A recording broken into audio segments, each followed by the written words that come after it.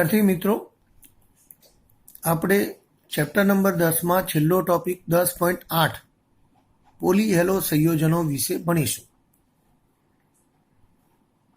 તો એની વ્યાખ્યા છે, એક કરતાં વધુ હેલોજન પરમાણુઓ ધરાવતા કાર્બનિક સંયોજનોને પોલીહેલો સંયોજનો કહેવાય છે. એટલે કે જે કાર્બનિક સંયોજનોમાં એક કરતાં વધુ હેલોજન પરમાણુ આવેલા હોય તો તેવા કાર્બનિક સંયોજનોને પોલીહેલો સંયોજન કહેવાય છે. મોટા ભાગના આ સંયોજનો ઉદ્યોગ અને કૃષિ ક્ષેત્રે ઉપયોગી છે.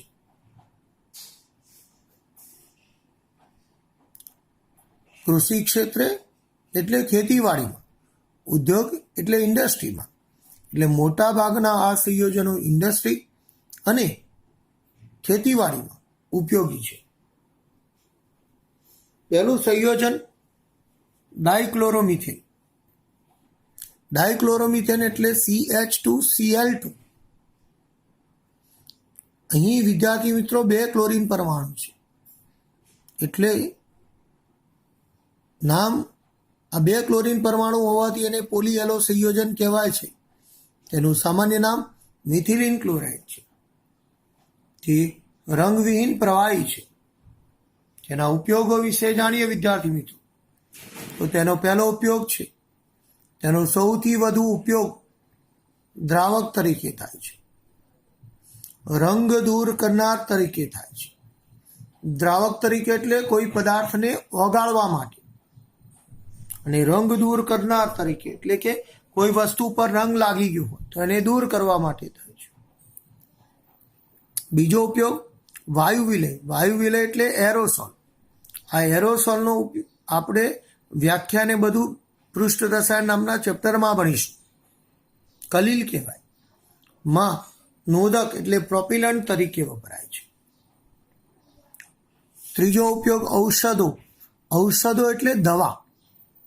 એ દવાઓના ઉત્પાદનમાં પ્રક્રમ દ્રાવક તરીકે થાય છે, એટલે કે પ્રક્રિયામાં દ્રાવક તરીકે થાય છે.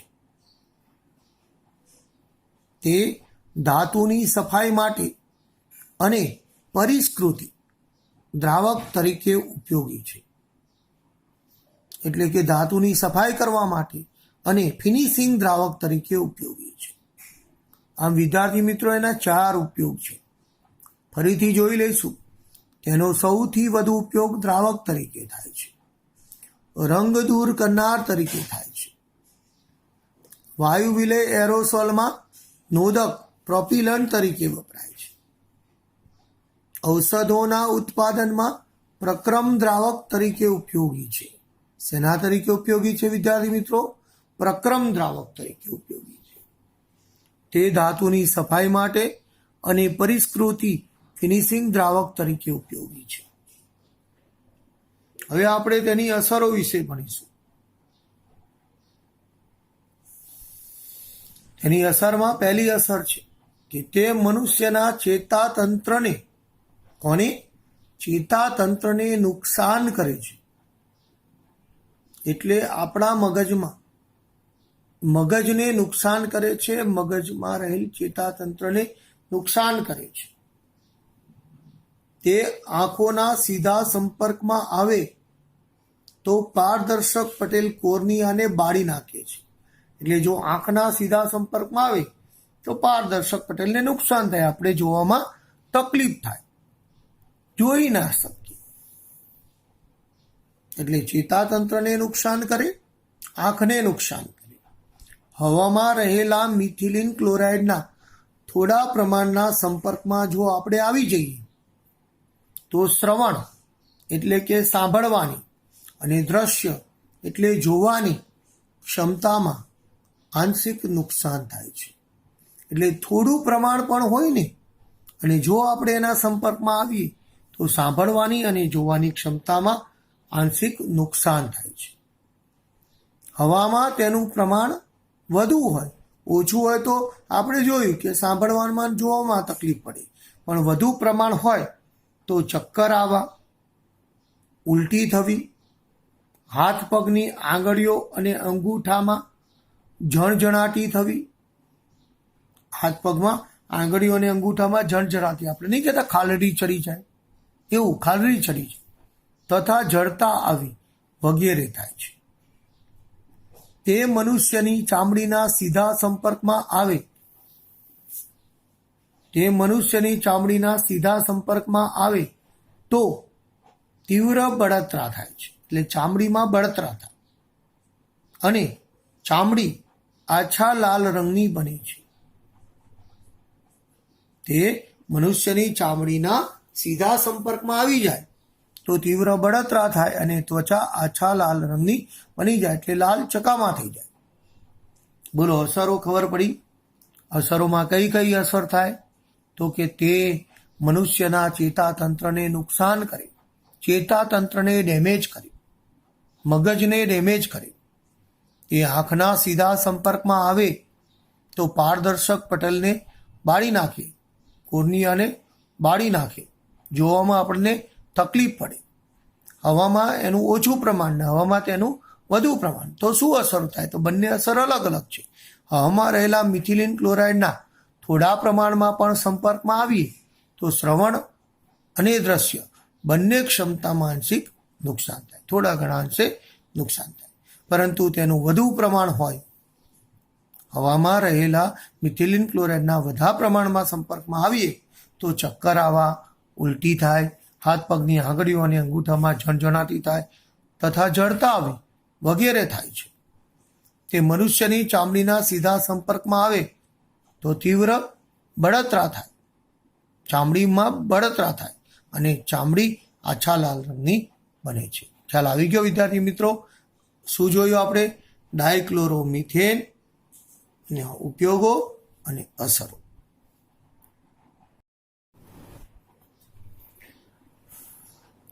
બીજું પોલીહેલોજન સંયોજન ટ્રાયક્લોરોમિથેન એટલે કે CHCl3. અહીં 3 ક્લોરીન પરમાણુ છે એટલે પોલીહેલો સંયોજન કહેવાય છે, જેનું સામાન્ય નામ ક્લોરોફોર્મ છે. તે રંગવિહીન પ્રવાહી છે. તે કેવું છે? રંગવિહીન છે, પ્રવાહી છે. ઉપયોગ, પહેલો ઉપયોગ છે રાસાયણિક રીતે તેનો ઉપયોગ ચરબી, આલ્કેલોઇડ, આયોડીન અને અન્ય પદાર્થોના દ્રાવક તરીકે થાય છે.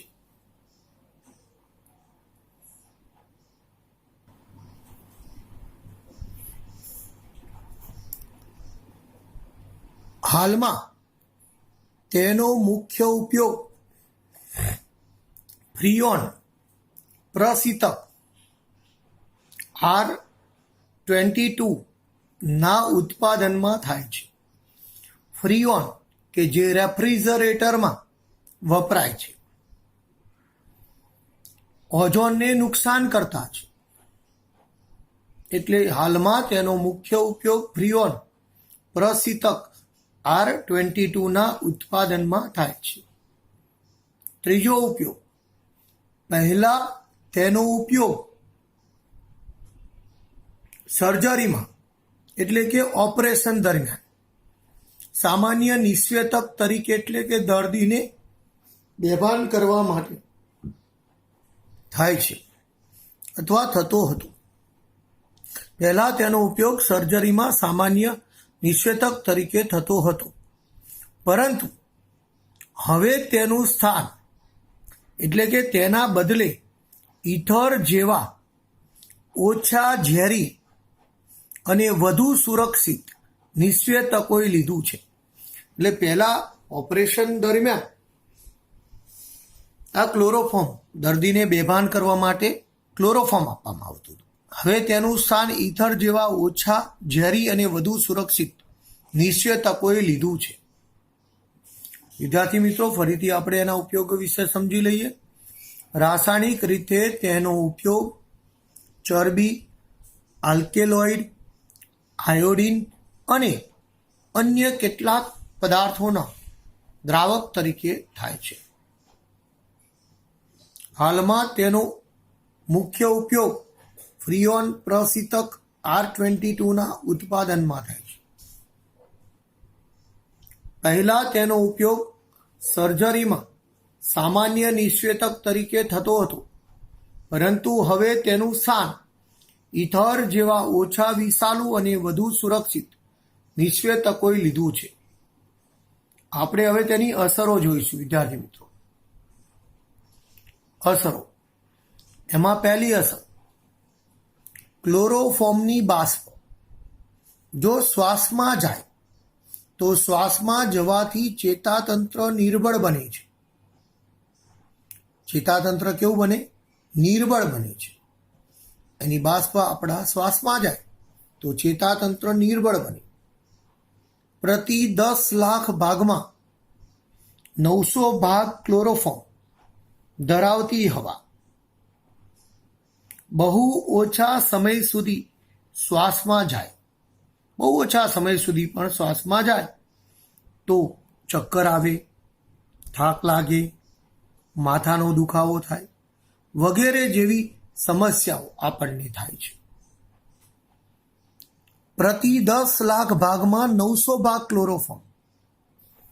10 લાખ 900, 10 લાખે 900 ક્લોરોફોર્મ ધરાવતી હવા બહુ ઓછા સમય સુધી શ્વાસમાં જાય તો પણ ચક્કર આવે, થાક લાગે, માથું દુખે વગેરે થઈ શકે છે.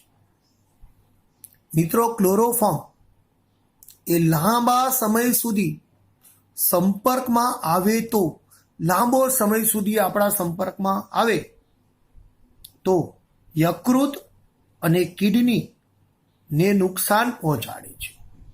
યકૃત અને કિડનીને નુકસાન પહોંચાડે છે. કેટલાક વ્યક્તિઓની ત્વચા એટલે ચામડી ક્લોરોફોર્મમાં ડૂબી રહે અથવા ડૂબેલી રહે તો તેમાં ઘા પણ પડી જાય છે, ચીરો.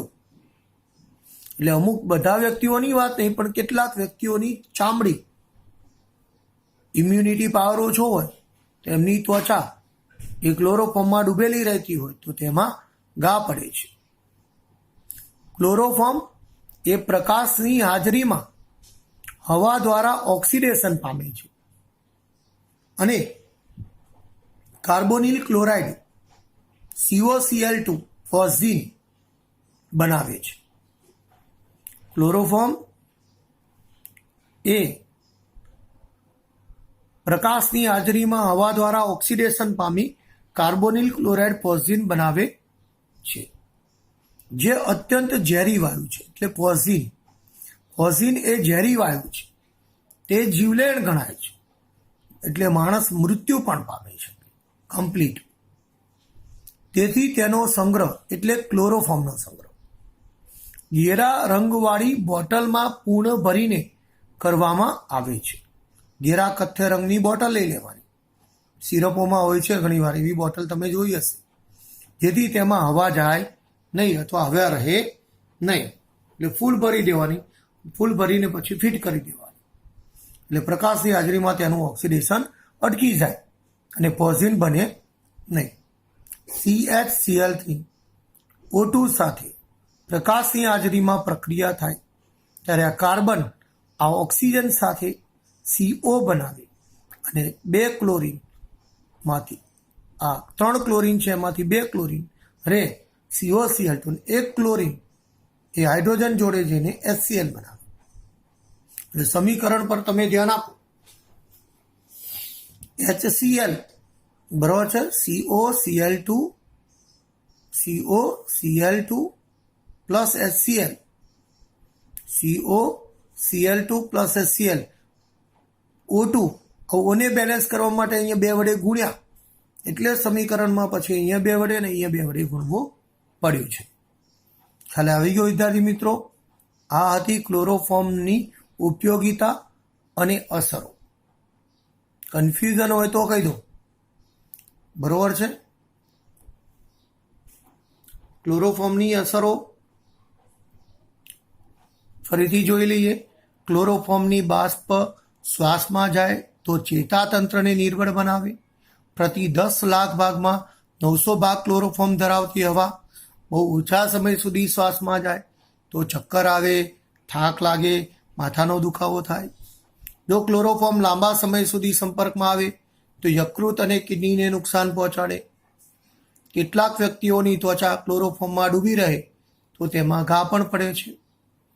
ક્લોરોફોર્મ પ્રકાશની હાજરીમાં હવા દ્વારા ઓક્સિડેશન પામી કાર્બોનિલ ક્લોરાઇડ પોઝિન બનાવે, જે અત્યંત ઝેરી વાયુ છે અને જીવલેણ છે. તેથી ક્લોરોફોર્મનો સંગ્રહ એ ઘેરા રંગવાળી બોટલમાં પૂર્ણ ભરીને કરવામાં આવે, જેથી તેમાં હવા રહે નહીં, તેનું ઓક્સિડેશન થાય નહીં, કાર્બોનિલ ક્લોરાઇડ બને નહીં. Blow clear?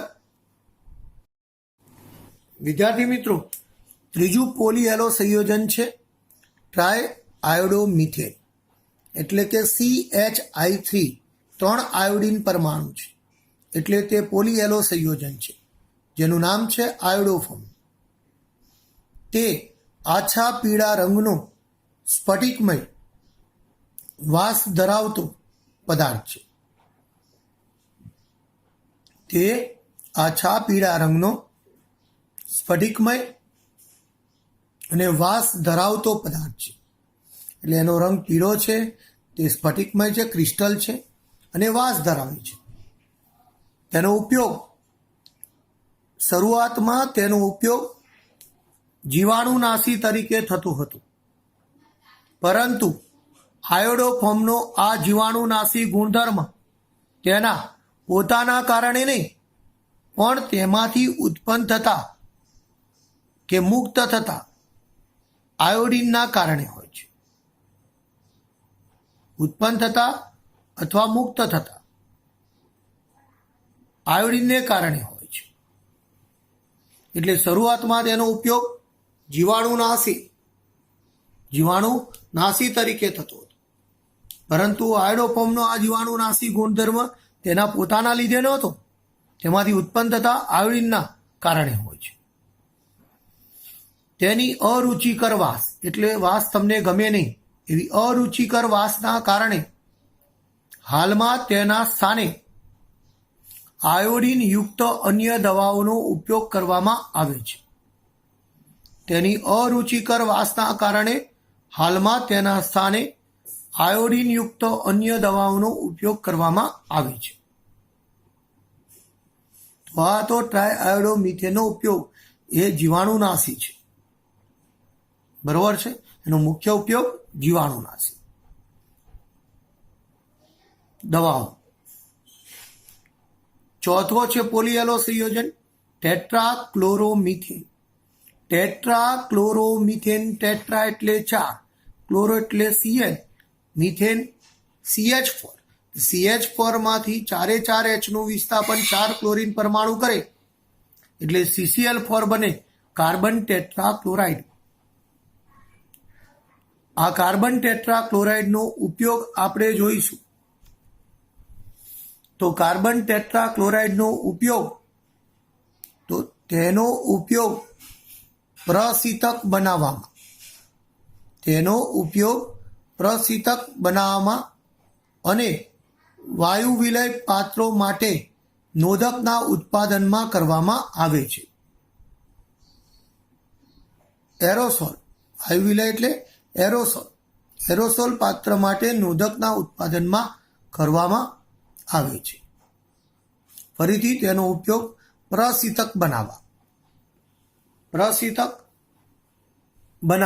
એટલે આપણે જેમ ફ્રીઓન વાયુ છે એ ફ્રીઓન વાયુ વગેરેની બનાવટમાં અને વાયુ વિલય પાત્ર માટે નોંધકના ઉત્પાદનમાં કરવામાં આવે છે. તેનો ઉપયોગ ફ્લોરોક્લોરોકાર્બન CFC, તેનો ઉપયોગ ફ્લોરોક્લોરોકાર્બન ફ્લોરોક્લોરોકાર્બન, ફ્લોરિન પહેલા લખાય છે આલ્ફાબેટ મુજબ અને CFC સામાન્ય છે, અને અન્ય રસાયણોના સંશ્લેષણમાં કાચા માલ તરીકે થાય છે. એટલે તેનો ઉપયોગ ફ્લોરોક્લોરોકાર્બન, બરોબર છે. અત્યારે આલ્ફાબેટ જી એટલે ક્લોરોફ્લોરોકાર્બન કહેવાય છે. શું કહેવાય છે? ક્લોરોફ્લોરોકાર્બન. અહીંયા પહેલા આપણે ક્લોરો લખીશું, પછી ફ્લોરો, પછી કાર્બન, બરોબર છે. શું આવશે? ક્લોરોફ્લોરોકાર્બન આ જગ્યાએ. અને અન્ય રસાયણના સંશ્લેષણમાં કાચા માલ તરીકે થાય છે. તે ઔષધોના ઉત્પાદનમાં અને સામાન્ય દ્રાવક તરીકે પણ ઉપયોગી છે. તે ઔષધોના ઉત્પાદનમાં અને સામાન્ય દ્રાવક તરીકે ઉપયોગી છે. એટલે વિદ્યાર્થી મિત્રો, દવાના ઉત્પાદનમાં પણ ઉપયોગી છે અને દ્રાવક તરીકે પણ ઉપયોગી છે. એટલે તેનો ઉપયોગ દ્રાવક તરીકે થાય છે, બીજાને ઓગાળવા માટે થાય છે. 1960ના મધ્ય સુધી તેનો બહોળો ઉપયોગ ઉદ્યોગોમાં ગ્રીસની સફાઈ માટેના દ્રવ તરીકે થતો હતો. સફાઈ કરવા માટે થતો હતો. અને ઘરમાં જે ડાઘ હોય છે એ ડાઘ દૂર કરવાના દ્રવ તરીકે થતો હતો. અત્યારે લોકો ફિનાઇલ વાપરે છે. તે અગ્નિશામક તરીકે ઉપયોગી છે, એટલે કે આગ બુઝાવવામાં ઉપયોગી છે. ઓઇલ છે, પેટ્રોલ છે, એવા તૈલી પદાર્થોથી જે આગ લાગે એ આગને બુઝાવવા માટે અગ્નિશામક તરીકે ઉપયોગી છે. અને દ્રાવકમાં આપણે વાત કરી એ ડ્રાય ક્લિનિંગમાં પણ ઉપયોગી છે. તે ડ્રાય ક્લિનિંગમાં પણ ઉપયોગી છે. બજારમાં પાયરીનના નામે પ્રચલિત છે. બોલો, ખ્યાલ આવી ગયો? ટેટ્રાક્લોરોમિથેનનો ઉપયોગ પ્રશીતક બનાવવામાં, વાયુ વિલય પાત્રો માટે નોંધકના ઉત્પાદનમાં, સીએફસી જેવા રસાયણના ઉત્પાદનમાં, અન્ય રસાયણોના ઉત્પાદનમાં કાચા માલ તરીકે થાય છે. ઔષધોના ઉત્પાદનમાં, ત્યારબાદ દ્રાવક તરીકે પણ ઉપયોગી છે અને અગ્નિશામક તરીકે ઉપયોગી છે. હવે તેની અસરો જોઈશું. તો અસરોમાં તેના વિશેષ સંપર્કથી મનુષ્યમાં યકૃતનું કેન્સર થાય છે. શેનું કેન્સર થાય છે મિત્રો? યકૃતનું કેન્સર થાય છે. એટલે જો તે વધુ સંપર્કમાં આપણે એના રહીએ તો આપણને યકૃતનું કેન્સર થાય છે. તેની મુખ્ય અસરો ચક્કર આવવા, માથું હલકું થવું, ઉબકા આવવા, ઉલટી થવી વગેરે તેની મુખ્ય અસર છે. ચક્કર આવે, માથું હલકું થઈ જાય, ઉબકા આવે, ઉલટી થાય, જેના કારણે ચેતાકોષોમાં કાયમી ક્ષતિ પહોંચે. ચેતાકોષમાં કાયમી શું થઈ જાય? ક્ષતિ પહોંચે.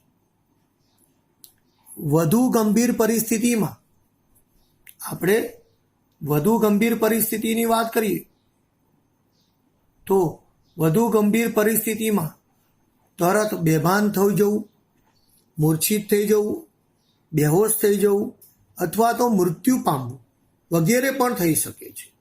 એટલે ગંભીર પરિસ્થિતિમાં બેભાન થઈ જવાય, મૂર્છિત થઈ જવાય, બેહોશ થઈ જવાય, મૃત્યુ પણ પામી જઈએ. CCl4ના વિશેષ સંપર્કથી હૃદયના ધબકારા અનિયમિત અથવા તો બંધ થઈ શકે છે. એટલે હાર્ટ પર તેની સૌથી અસર વધુ થાય. જો CCl4ના વધુ સંપર્કમાં રહીએ તો હાર્ટને નુકસાન કરે, હાર્ટ એટેક આવવાની સંભાવના થાય મિત્રો. હાર્ટ બંધ થઈ જાય, માણસ મૃત્યુ પામે. એટલે બહુ ડેન્જર છે CCl4. તે આંખના સંપર્કમાં આવે તો બળતરા ઉત્પન્ન કરે છે. આંખમાં બળતરા થાય. જો તે હવામાં મુક્ત થાય તો તે વાતાવરણમાં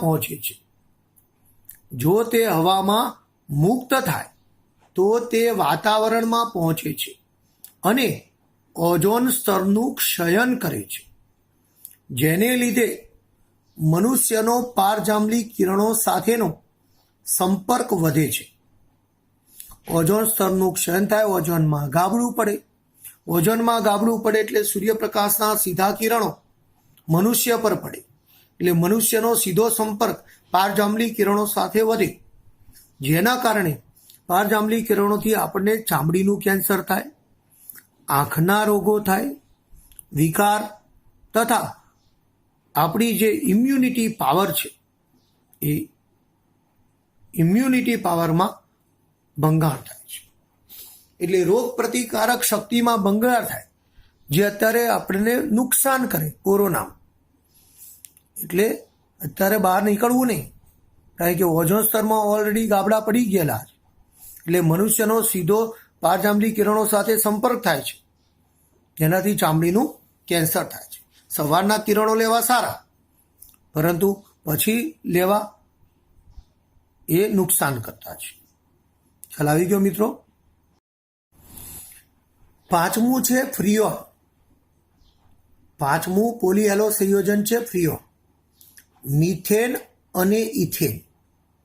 એ મિથેન અને ઇથેનના ક્લોરોફ્લોરોકાર્બન સંયોજનો CFC ક્લોરોફ્લોરોકાર્બન CFC સંયોજનો સંયુક્ત રીતે ફ્રીઓન તરીકે ઓળખાય છે. એટલે કે ક્લોરોફ્લોરોકાર્બન સંયોજનો સંયુક્ત રીતે ફ્રીઓન તરીકે ઓળખાય છે. ખ્યાલ આવી ગયો?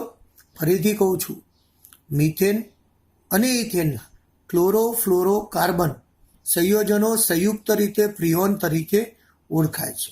એ મિથેન ના હોય કે ઇથેન ના હોય, એ ફ્રીઓન તરીકે ઓળખાય. તે અતિસ્થાયી છે, અપ્રતિક્રિયાત્મક છે, બિનઝેરી છે, અસંક્ષારક અને સરળતાથી પ્રવાહીમાં રૂપાંતર પામનાર વાયુઓ છે. તે અતિ સ્થાયી, અપ્રતિક્રિયાત્મક, બિનઝેરી, અસંક્ષારક અને સરળતાથી પ્રવાહીમાં રૂપાંતર પામનાર વાયુ છે. ફ્રીઓન બાર એટલે કે CCl2F2 એ ફ્રીઓન બાર તરીકે ઓળખાય.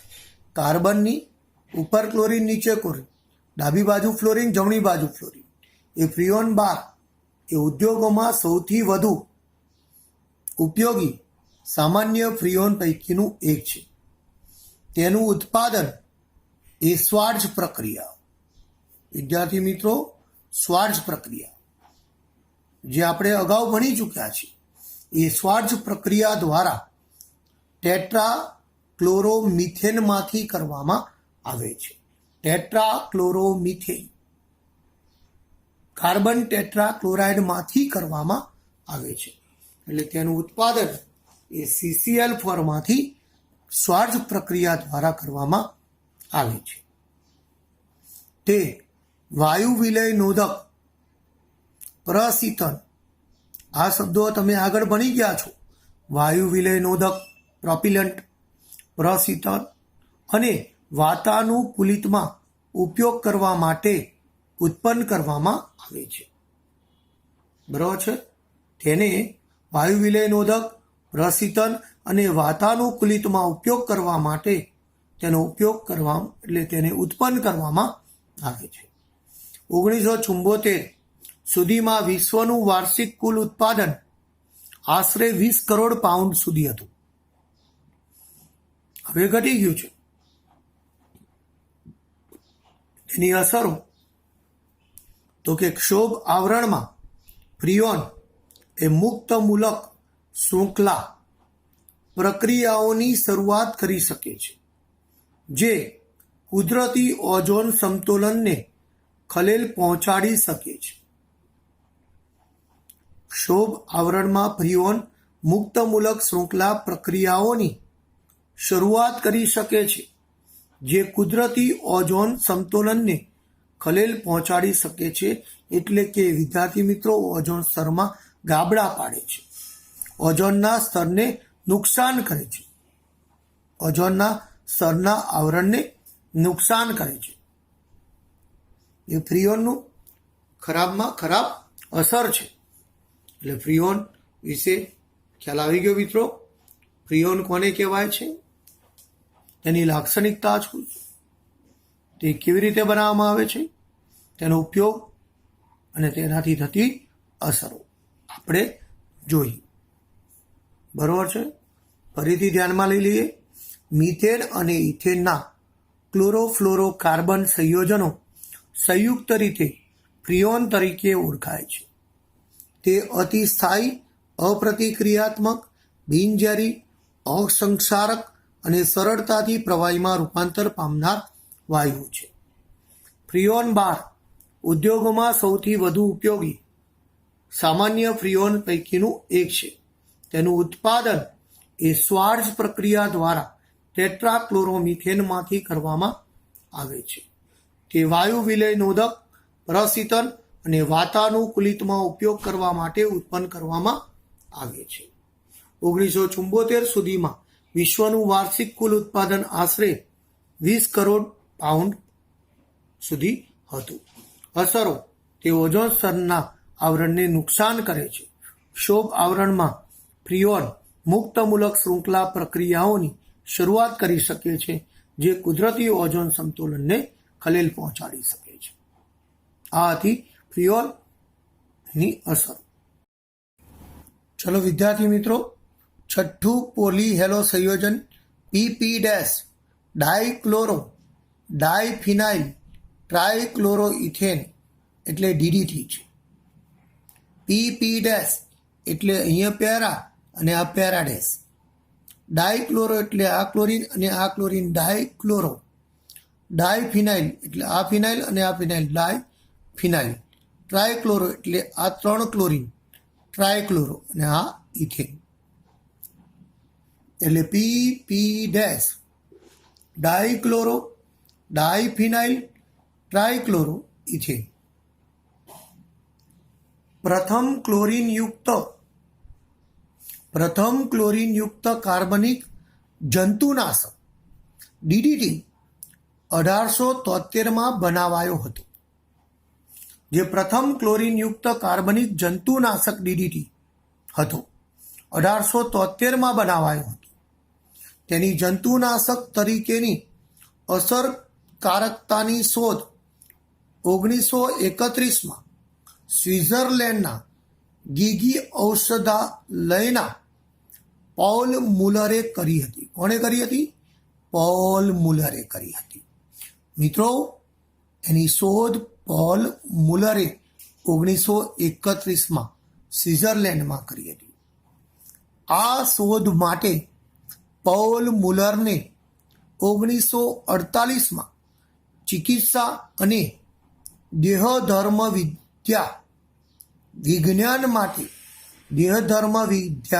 વિજ્ઞાન માટે નોબેલ પારિતોષિક એનાયત કરવામાં આવ્યું હતું. વિદ્યાર્થી મિત્રો, એની શોધ વિશે ખ્યાલ આવી ગયો. પ્રથમ ક્લોરીનયુક્ત કાર્બનિક જંતુનાશક DDT 1873માં બનાવાયો હતો. તેની જંતુનાશક તરીકેની અસરકારકતાની શોધ પૌલ મુલરે 1931માં સ્વિટ્ઝરલેન્ડમાં કરી હતી અને 1948માં તેને ચિકિત્સા અને દેહધર્મ વિજ્ઞાન માટે નોબેલ પારિતોષિક એનાયત કરવામાં આવ્યું હતું. હવે આપણે એના ઉપયોગો વિશે જાણીશું. તો બીજા વિશ્વયુદ્ધ પછી DDTનો ઉપયોગ વિશ્વ સ્તરે બહુ જ વધારે થવા લાગ્યો હતો, કારણ કે તે મુખ્યત્વે મલેરિયા ફેલાવનારા મચ્છર તથા ટાઇફસ જે જૂ છે, બરાબર છે, એક ગંભીર પ્રકારનો ચેપી તાવ છે જે જૂઓથી ફેલાય છે. એટલે તે મુખ્યત્વે મલેરિયા ફેલાવનાર મચ્છર તથા ટાઇફસ કે જે ચેપી તાવ છે એ ફેલાવનારી જૂઓનો નાશ કરવામાં અસરકારક હતું. જેમ અત્યારે તમે જોઈ શકો છો, કોરોના એ ચેપી જીવલેણ તાવ, શરદી એવો જીવલેણ રોગ છે, જેમાં પણ આ મેલેરિયાની દવાનો ઉપયોગ થાય છે. બરાબર છે. એટલે મેલેરિયા ફેલાવનાર મચ્છર તથા ટાઇફસ ફેલાવનાર જૂઓનો નાશ કરવામાં અસરકારક હતું. પરંતુ અત્યારે કોરોનામાં આપણે આનો ઉપયોગ ના કરી શકીએ. બરાબર છે, કારણ કે આ કેન્સર જન્ય પદાર્થ છે. એટલે તે જંતુનાશક તરીકે ઉપયોગી છે. ઘરગથ્થુ જંતુનાશક ખેતીવાડીમાં તેનો વધુ ઉપયોગ થાય છે. DDTનો છંટકાવ લોકો ઈયળો મારવા માટે કરે છે. ખેતરમાં જે પાક ઉપર ઈયળો આવી હોય એને મારવા માટે એનો ઉપયોગ કરવામાં આવે છે. એટલે દ્વિતીય વિશ્વયુદ્ધ પછી DDTનો ઉપયોગ વિશ્વ સ્તરે બેહદપણે થવા લાગ્યો, કારણ કે તે મુખ્યત્વે મેલેરિયા ફેલાવનાર મચ્છર તથા ટાઇફસ ફેલાવનારી જુઓનો નાશ કરવામાં અસરકારક હતો. તે જંતુનાશક તરીકે ઉપયોગી છે. હવે તેનાથી થતી અસરો જાણીએ.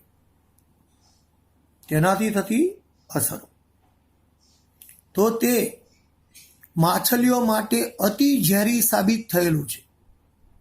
તે માછલીઓ માટે અતિ ઝેરી સાબિત થયેલો છે. માછલીના સંપર્કમાં આવે તો માછલી મરી જ જાય.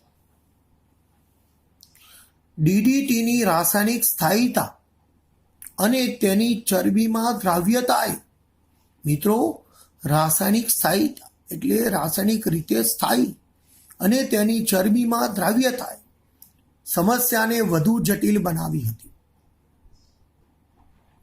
પ્રાણીઓ દ્વારા ડીડીટીનું ઝડપથી ચયાપચયન થતું નથી. પ્રાણીઓ એ ડીડીટીનું ચયાપચયન કરી શકતા નથી.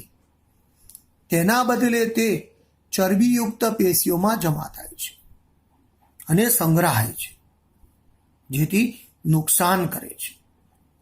જો ડીડીટીનું અંતઃગ્રહણ સ્થાયી દરે સતત થતું રહે તો પ્રાણીઓમાં આ ડીડીટીની માત્રા સમય વધવાની સાથે વધે છે. ડીડીટીનું અંતઃગ્રહણ સ્થાયી દરે સતત થતું રહે તો પ્રાણીઓમાં ડીડીટીની માત્રા સમય વધવાની સાથે વધે છે. 1973માં સંયુક્ત રાષ્ટ્રએ ડીડીટીના ઉપયોગ પર પ્રતિબંધ લગાવ્યો હતો. 1973માં સંયુક્ત રાષ્ટ્રએ ડીડીટીના ઉપયોગ પર પ્રતિબંધ લગાવ્યો હતો. તેમ છતાંય વિશ્વના અનેક દેશોમાં આજે પણ ડીડીટીનો ઉપયોગ થઈ રહ્યો છે. અને જાણો છો કે આ વિશ્વમાં કયો દેશ પહેલી હરોળમાં હશે ડીડીટીનો ઉપયોગ કરવામાં? તો કે ભારત જ હોય સાહેબ. જ્યાં લોકો ના પાડે ઉપયોગ કરવાની તે ભારત પહેલાં કરે સાહેબ. ભારતવાસીઓ પહેલાં કરે. એટલે ડીડીટીના ઉપયોગ પર પ્રતિબંધ છે, છતાંય આજે પણ ખેતરમાં ઈયળો મારવા માટે ડીડીટીનો લોકો છંટકાવ કરતા હોય છે, જંતુનાશક, કારણ કે ઝડપથી મરી જાય. પરંતુ એમને ખબર નહીં કે જંતુને મારે છે એ પાક પર પણ આવે છે, પાકની અંદર પણ જાય છે, જેથી આ કેન્સરજન્ય પદાર્થ એ પાક બહાર આવે છે. માણસો એનો ઉપયોગ કરે છે, ખાય છે, જે અંદર હોય છે એનું વિઘટન થતું નથી. એટલે ડીડીટી આપણા શરીરમાં જાય છે અને કેન્સર થાય છે. આમ તેના ઉપયોગ અને અસર. ઉપયોગ જંતુનાશક તરીકે અને અસરો આપણે જોઈ, બરાબર છે. અસરમાં એ માછલીઓને માટે અતિ ઝેરી છે અને બીજું કેન્સરજન્ય પદાર્થ છે. એટલે યાદ રાખજો, કેન્સરજન્ય પદાર્થ.